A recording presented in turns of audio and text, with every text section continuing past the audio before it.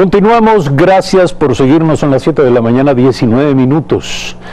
El presidente Lenín Moreno destacó las gestiones realizadas por su gobierno para recuperar la confianza de los mercados externos a propósito del primer desembolso, que es parte del programa de financiamiento del Fondo Monetario Internacional. El viernes último, el presidente Moreno participó junto al ministro de Economía y Finanzas en un acto de entrega de recursos. Esto que es un éxito, volver a recuperar la confianza de los mercados y de las financistas internacionales. Esto no lo habíamos logrado nunca. Miren ustedes que el crédito que se acaba de aprobar, el financiamiento que se acaba de aprobar, supera en 20 veces el mejor financiamiento que había conseguido el Ecuador hasta estos días. Los organismos internacionales de crédito nos habían cerrado totalmente las puertas. Nuestra imagen internacional era lamentable. Nadie confiaba en nosotros. Es por eso que los intereses eran tan elevados. Gracias a Dios, todo eso ha cambiado. La macroeconomía puede sonar muy abstracta, pero no es muy diferente de la economía del hogar.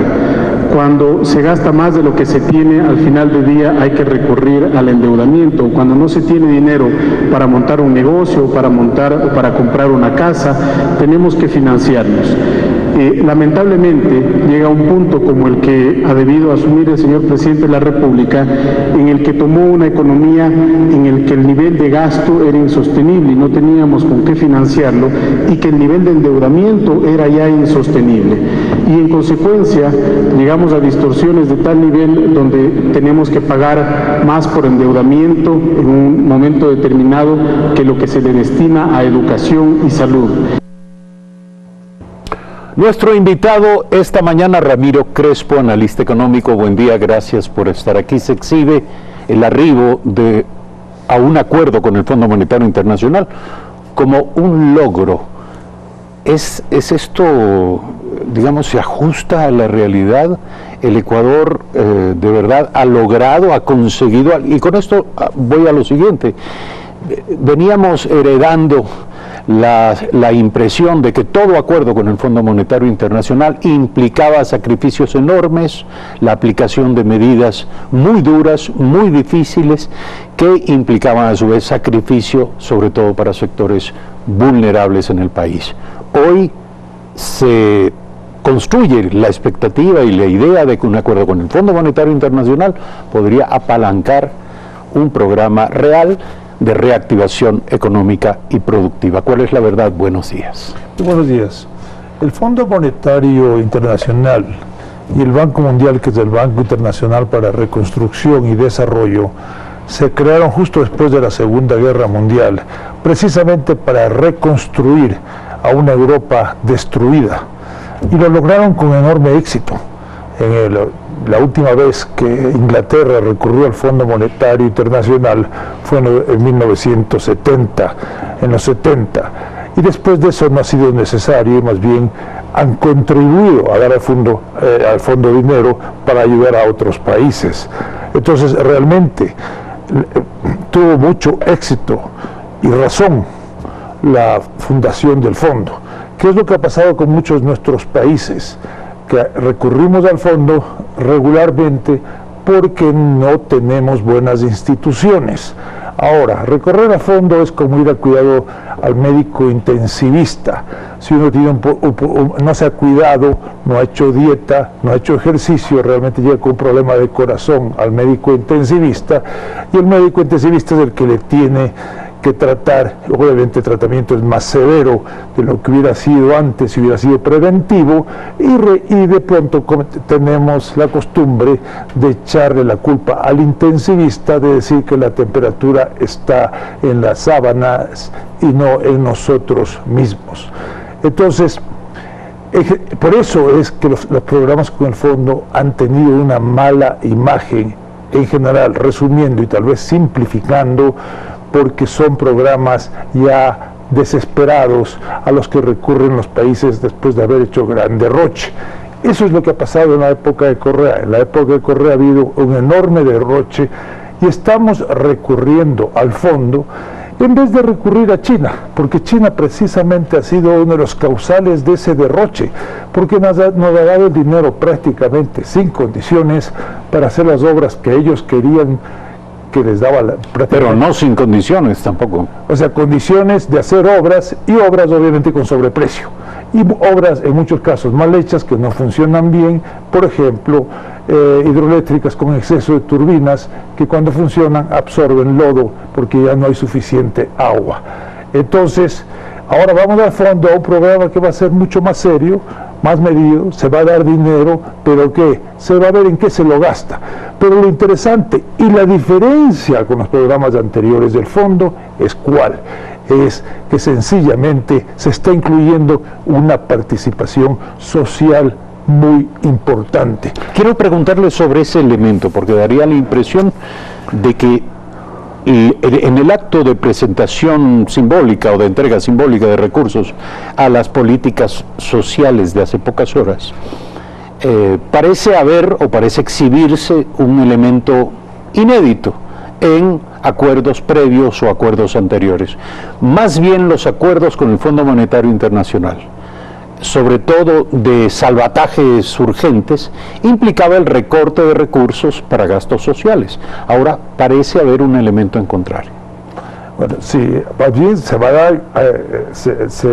dar más recursos para gastos sociales con el objeto de que la población, que es la generalmente sufre, la población pobre, cuando se recortan los recursos, porque de todas maneras la gente de clase media o mayores medios puede sobrevivir un programa de recorte, y seguramente se ha beneficiado mucho también de la época anterior.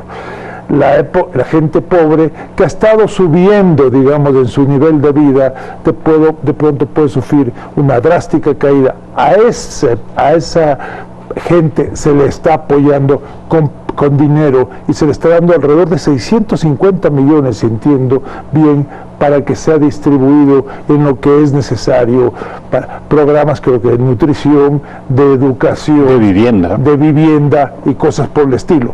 Entonces, el fondo también está aprendiendo de no ser únicamente el intensivista que trae tal vez la medicina dura, sino también tratar de combinar con algunas cuestiones que den un poco más de tranquilidad al paciente, un poco más de calma. Ahora, le quiero consultar respecto de la reactivación económica y productiva, porque la gran pregunta que flota en el ambiente es, después de este programa, pensado para arrojar determinados resultados hacia el año 2021, la pregunta es, ¿qué vendrá? ¿Tendremos un país diferente o tendremos un país nuevamente enfrentado a la necesidad de buscar financiamiento externo en cualquier condición? Bueno, mucho depende de lo que los ecuatorianos hagamos. Los ecuatorianos tenemos que aprender a actuar todos los días como sociedad civil, no solamente en los momentos en que ya estamos contra la espada y la pared, como ocurrió en el caso de Correa. Una gran irresponsabilidad de muchos ecuatorianos fue elegir a un fascista, que era obvio que desde el comienzo era fascista, como Rafael Correa, diciéndole vamos a dar una oportunidad, y si no resulta, lo votamos. Obviamente, con toda la estructura de Cuba, con todo el apoyo, este fascista rápidamente organizó el gobierno para que sea imposible votarlo. El apoyo de Cuba, dice usted. El apoyo de Cuba, el apoyo de Ramiro Valdés, el apoyo de Venezuela. Es obvio que Fidel Castro le financió la campaña de Chávez, y que Chávez financió mucho la campaña de Rafael Correa, y muy probablemente a través de la valija diplomática. Entonces, todo eso, y porque también sorprende que un profesor universitario sin experiencia de pronto se vuelve un genio político rápidamente. Y si uno iba a Venezuela en esa época y comparaba la propaganda, era exactamente la misma, o sea, era una multinacional, una franquicia. Y luego, curiosamente, fui yo al museo en Washington del Holocausto, entré al subsuelo a ver la propaganda en la época nazi, y cuando vi eso, vi Alianza País. Me cuentan que los propagandistas fundamentales de Rafael Correa eran admiradores de Goebbels. Entonces la cosa fue totalmente bien estructurada. Luego tuvimos los ecuatorianos que reaccionar y gracias a muchos factores, entre esos la dolarización, pudimos evitar estar en el tema Venezuela. Entonces, ahora los ecuatorianos lo que tenemos que hacer, y especialmente porque se viene el Consejo de Participación Ciudadana y Control Social, que no sabemos qué va a hacer, qué bicho raro nos va a salir, tenemos que estar actuando activamente como sociedad civil. Primero, exigiendo nuestros derechos y segundo, invirtiendo en el país.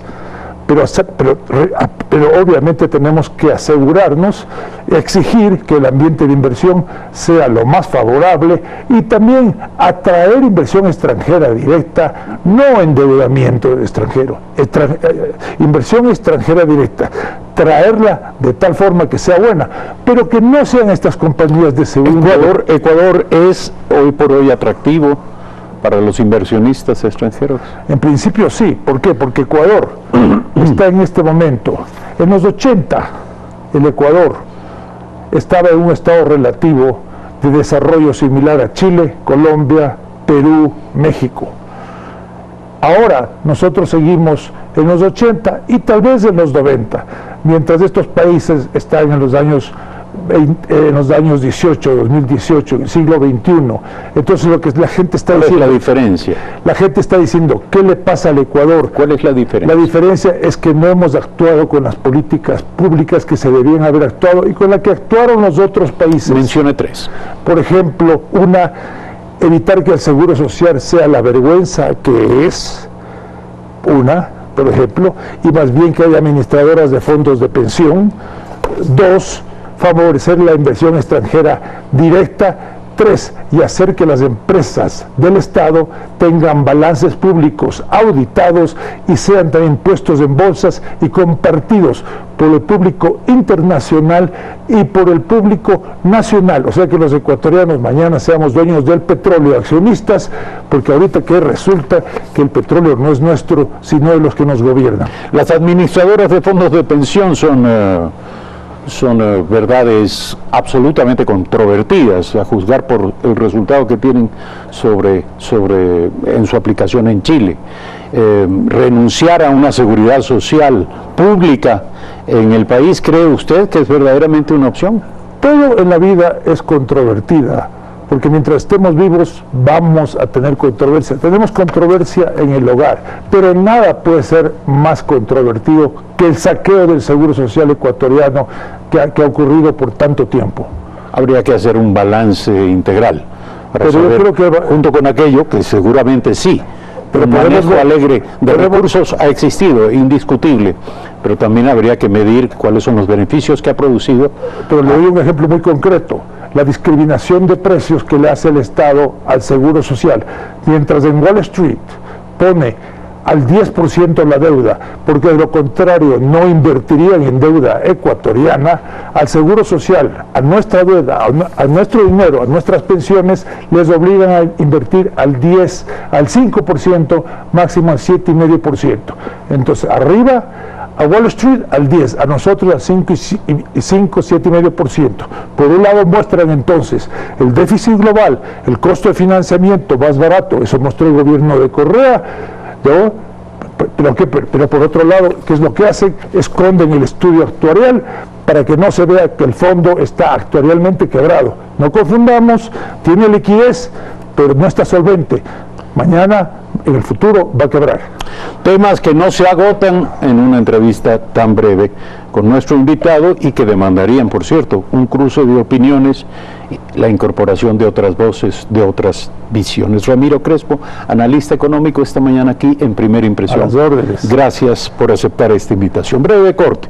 Cuando volvemos, atención, Carlos Villarreal Larregui, gerente general encargado del BIES, los planes de colocación de crédito del BIES para el año 2019 y el nuevo crédito quirografario que ofrecerá el banco a sus afiliados. Muy oportuno. Muy oportuno, hablaremos de ello.